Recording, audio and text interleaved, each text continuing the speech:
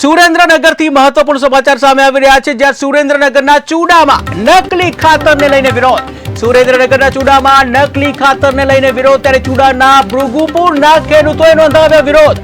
200 ખેડૂતો કલેક્ટર કચેરીએ ધસી આવ્યા. નકલી ખાતરનો ભોગ બનતા કાર્યવાહીની માંગ કરવામાં આવી છે. ત્યારે નકલી ખાતરથી વાવેતર નિષ્ફળ ગયાના આક્ષેપ કરવામાં આવ્યા છે, જ્યાં ખેડૂતોની જમીનો બંજર બની ગઈ હોય એવા આરોપ કર્યા છે. ત્યારે ન્યાયની માંગ સાથે કલેક્ટરને રજૂઆત કરવા માટે પહોંચ્યા હતા. તો મહત્વપૂર્ણ સમાચાર સુરેન્દ્રનગરથી સામે આવી રહ્યા છે. સુરેન્દ્રનગરના ચૂડામાં નકલી ખાતરને લઈને વિરોધ કરવામાં આવ્યો છે. ત્યારે ચૂડાના ભૃગુપુરના ખેડૂતોએ વિરોધ નોંધાવ્યો છે.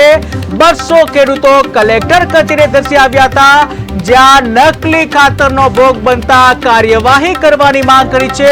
ત્યારે નકલી ખાતરથી વાવેતર નિષ્ફળ ગયાના આક્ષેપ કરવામાં આવ્યા છે. ત્યારે ખેડૂતોની જમીન બંજર બની ગઈ હોવાના પણ આક્ષેપ કરવામાં આવે છે.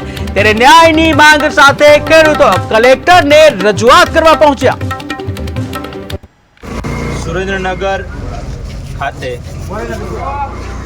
સાયલા, ચૂડા, ચોટીલા અને લીંબડી તાલુકાના ખેડૂતો જે નકલી ખાતરના ભોગ બનનાર છે, એ દરેકે આજે કલેક્ટરશ્રીને પોતાનું રજૂઆત કરી અને કલેક્ટરશ્રીએ હૈયાધારણા આપી છે કે જે પણ જવાબદાર કંપની છે એના ઉપર કાયદેસરની કાર્યવાહી થશે. તાત્કાલિક અહીંયા પણ ક્વોલિટી કંટ્રોલ ઇન્સ્પેક્ટરને અને વિસ્તરણ અધિકારી સાહેબને પણ રજૂઆત કરવામાં આવી અને સાહેબે પણ કીધું કે જ્યાં જ્યાં આ ખાતર પડ્યું છે ત્યાં તાત્કાલિક નમૂના લઈ અને સાચો રિપોર્ટ મોકલી અને એના ઉપર પણ કાયદેસરની એફઆઈઆર કરવાની અહીંયા વિસ્તરણ અધિકારી સાહેબે આપણને આજે અહીંથી બાંયધરી આપી છે.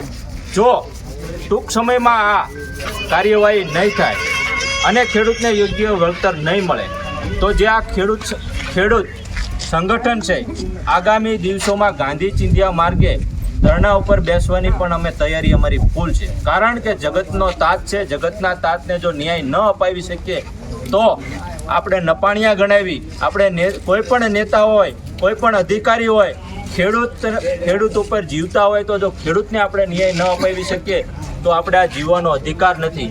તો દરેક સામાજિક આગેવાન અને રાજકીય આગેવાનને પણ મારી નમ્ર અપીલ છે કે આ ખેડૂતને ન્યાય અપાવવા માટે આપ પણ આ યજ્ઞ